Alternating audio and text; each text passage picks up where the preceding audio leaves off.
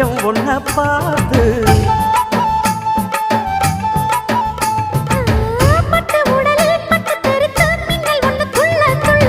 வெக்கம் துடிக்க விளக்கணைக்க ஜன்னல் கண்ணை மூடிக்கொள்ள 10 நாள் கழிச்சு தாண்டி கதவை திறக்கணும்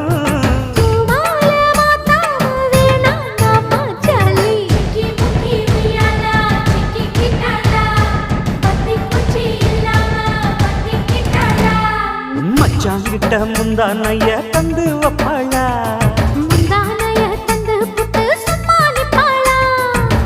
பல நாள் பசி இருக்கு விருந்து வப்பாளா